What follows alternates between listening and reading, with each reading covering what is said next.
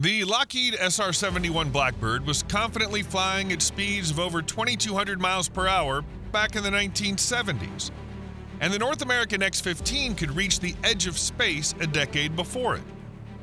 In those years, it seemed that the bright future of supersonic aviation had already arrived. However, after a bright but short flash of records, the world plunged into laboratory stands for decades, seasoned with pompous slides with unrealistic promises. Today, the role of the legendary Blackbird has been taken over by a completely new hero, the unmanned prototype Quarterhorse from the tech startup Hermeus. But the mission of this aircraft is not setting records, but instead turning hypersonic travel into everyday reality. After the wild experiments of the 20th century, it seemed that hypersonics would be with us for a long time. But each subsequent step in this industry was too expensive and unjustifiably risky, especially for the government.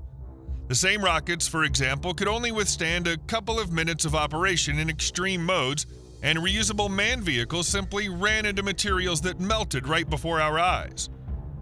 No, of course, even after hypersonics went into hiatus, engineers and scientists continued to study heat flows, shock waves, and develop innovative materials.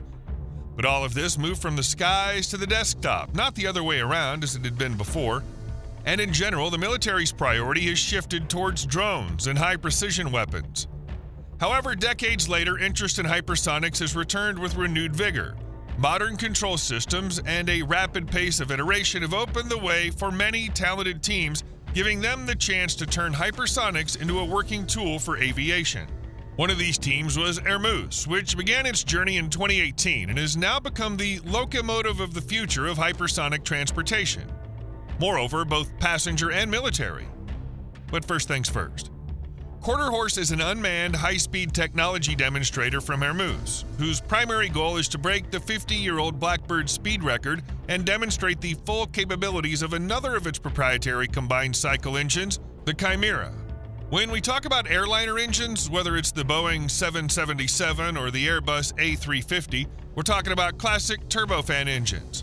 The principle of their operation is as follows. The compressor sucks in and compresses air, after which fuel is injected into the compressed flow, which burns, turning the mixture into a hot gas under high pressure. This, in turn, spins the turbine, which simultaneously feeds the compressor and throws out the residual energy as a jet thrust. This whole process is designed for optimal modes and speed ranges from takeoff to cruising speed of 0.8 to 0.9 Machs, or about 560 to 600 miles per hour.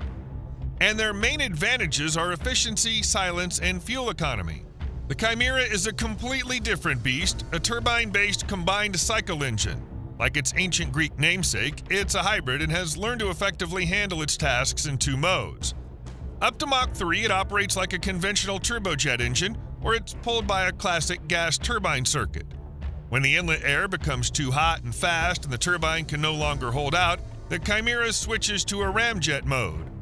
To do this as painlessly as possible, it's helped by a pre-cooler developed by Hermeus, which increases the maximum speed of the gas turbine engine by reducing the temperature of the inlet air.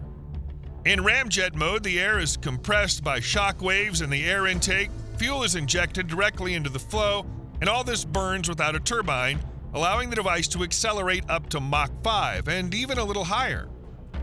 Simply put, the Chimera is not designed for economical cruising at 30 to 40,000 feet, but for sustained operation in conditions where a standard airliner engine would simply fall apart.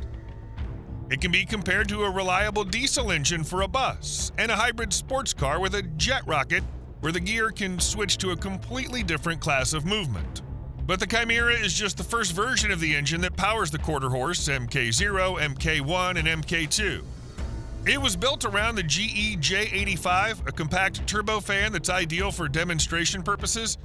It took the team just 21 months and $18 million to build, which would be an insane amount if the Chimera were a government program. In December of 2022, Hermeus announced that for the Chimera 2, they'd chosen a completely different engine as its basis, the Pratt & Whitney F100, a proven turbofan that's flown tens, if not hundreds of thousands of hours in the McDonnell Douglas F-15 Eagle and General Dynamics F-16 Fighting Falcon. So in MK3, can we expect an even more advanced version of the Chimera 2 engine? This, albeit radical, re-equipment of an already existing engine base allowed the startup to save a lot of time, focusing on bringing the pre-cooler and other components of the Chimera 2 to near perfection with the goal of reaching speeds of 3.3 Machs and more, breaking the SR-71 record as early as 2026.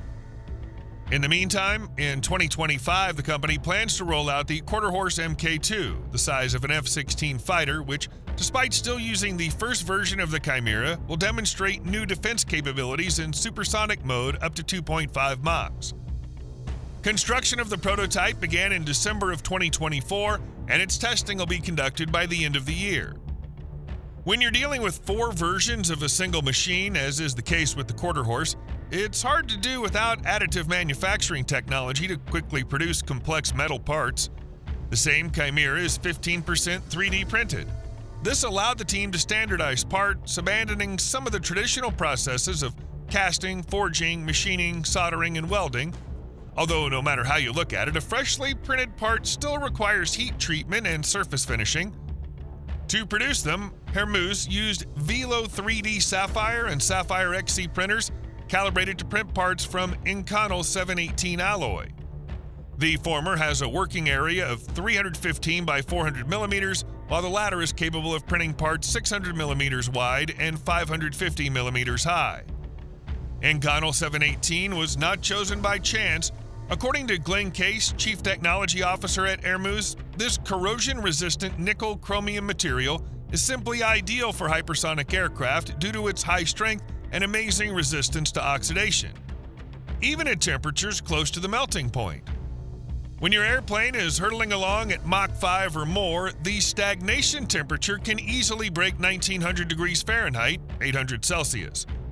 But if you look at the equilibrium radiant temperature along the surface of the craft, especially on the leeward side, you can see that it's not only giving off a lot of heat into the body, it's also dissipating it efficiently through radiation.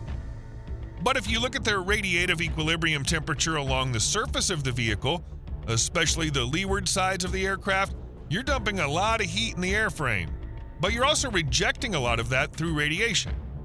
Under such conditions, titanium alloys or titanium itself are also ideal. This is why Hermeus made extensive use of this lightweight metal for much of the Quarterhorse airframe. But the Quarterhorse is only the first brick in the pyramid that Hermeus is building. The next big step is Darkhorse, a larger Chimera 2-powered hypersonic military UAV designed for reusable defense and reconnaissance missions with a beefed-up engine profile and more stringent endurance requirements, which was expected given the repeated investments by American agencies into the promising startup. For example, in 2021, when they signed a major agreement with the U.S. Air Force worth $60 million, or in July 2022, when Hermeus was included in the U.S. Air Force contract with a funding ceiling of $950 million. Although investors, like the one we know better as the head of OpenAI, Sam Altman, were probably not so much interested in the military Darkhorse, but rather in the team's magnum opus, Halcyon, a stylish hypersonic business-class passenger jet designed to carry up to 20 passengers in the footsteps and routes of the once legendary Concorde. After all, you must admit it's cool to get from New York to London in 1.5 hours instead of the current 7 to 8 hour flight, especially if you're the CEO of companies like OpenAI, where every minute counts. But until work on Quarterhorse is completed, it's difficult to guess specific dates for production, much less commissioning of Halcyon, though Hermeus representatives previously mentioned to the media that they intend to begin the first tests of Halcyon by 2028. And when you consider that these same guys designed and built the recently successful tested Quarterhorse Mk1 in just 204 days, and then carried out a comprehensive ground campaign at Edwards in just 21 days, we have no reason to doubt their competence. At the same time, the industry standard for the creation and testing of a full-size aircraft is considered to be about 1,400 days or 3.8 years.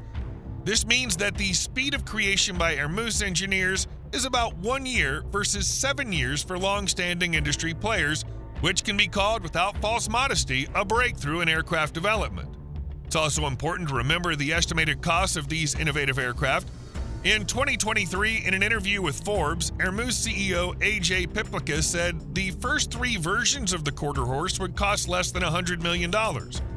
As for the vision for passenger aircraft, the team intends to deliver 500 Halcyon hypersonic aircraft to the market by 2035, with a price tag of over $200 to $250 million per unit.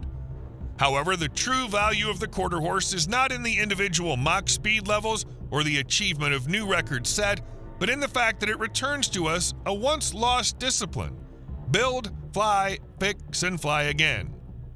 Thanks to devices with this approach, hypersonic flights will finally stop being built around a single wow shot and will move to a more practical plane, which is quite a breath of fresh air for us as aviation fans.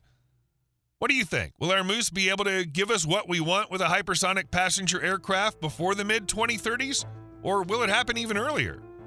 Share your thoughts in the comments below. And if you enjoyed the video, please leave a like, subscribe to the channel, and hit that notification bell for more content like today's. Thanks for watching, and we'll see you in the next one.